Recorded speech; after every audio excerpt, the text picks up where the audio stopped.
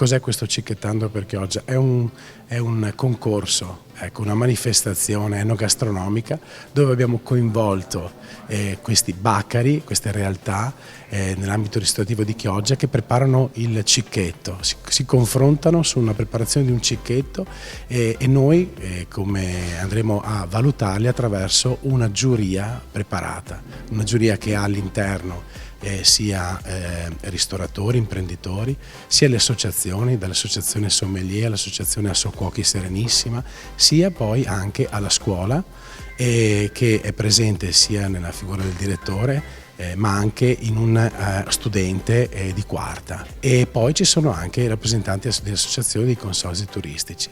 Tutta questa commissione, questa giuria andrà a visitare tutti i baccari nelle giornate di lunedì, martedì e mercoledì 15, 16 e 17 di aprile, e andremo ad assaggiare quello che è il cicchetto che hanno preparato in concorso per questa manifestazione. Ci sarà una valutazione e il miglior cicchetto sarà premiato in questa cena di gala che verrà fatta qui a scuola, dove gli studenti organizzano per quello che saranno un centinaio di persone, ecco, la cena, mettendo poi a frutto quelle che sono le competenze acquisite in questo anno di formazione. Questo concorso nasce 3 anni fa dall'ottica di dare un impulso agli imprenditori della Rivavena che avevano investito in una zona depressa, poi vi dico il perché di questo, e valorizzare questa magnifica scuola per dare quell'impulso ai giovani di poter arrivare dei grandi chef o degli grandi imprenditori commerciali. Tutto nasce che io sono nato fondamentalmente a Rivavena, e la Rivavena fino a 20 anni fa, all'inizio degli anni 2000, era il cuore pulsante della città, cioè era una zona dove popolava, per farvi capire, come il Piazza della Frutta a Padova, c'erano tutte le attività commerciali, c'erano ambulanti.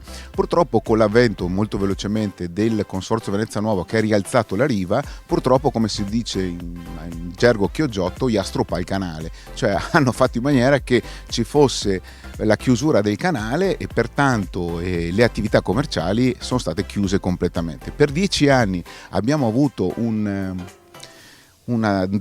forte degrado in quella zona, e cosa è successo? È successo che, sapete benissimo, gioco forza, arriva la microcriminalità, arriva lo spaccio, ed era una zona veramente degradata.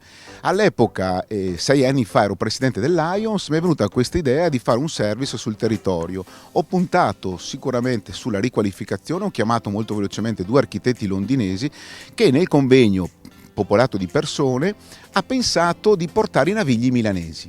E così in breve tempo, molto velocemente, si sono aperti 5, 6, 4, 7 baccari, e 3 anni fa ho avuto questa idea di allargare, cioè di fare con questo concorso. Siamo partiti con 6 baccari, l'anno scorso siamo arrivati a 10, quest'anno siamo arrivati a 20, addirittura a 20 partecipanti, allargandola a tutto il centro storico di Chioggia. Ecco, questo in maniera molto restrittiva ho voluto definirvi il perché di questa manifestazione. Cicchettando per Chiosa, un evento che è una fucina di idee per diventare un volano promozionale della città. Abbiamo i baccari, l'amministrazione comunale, la scuola alberghiera, dove formazione, lavoro e turismo si coniugano per una formula eccezionale. Complimenti agli organizzatori e al successo dell'iniziativa, ben arrivata alla 3ª edizione. Trovo che questa iniziativa sia estremamente importante per la città, per il turismo. Abbiamo visto che l'enogastronomia vince sopra ogni cosa, i turisti frequentano Chioggia ormai da diversi anni, e la cosa che li fa ritornare è anche la gastronomia. I nostri prodotti sono di prima eccellenza, per cui niente, venite a Chioggia e mangerete senz'altro bene in tutti i nostri locali.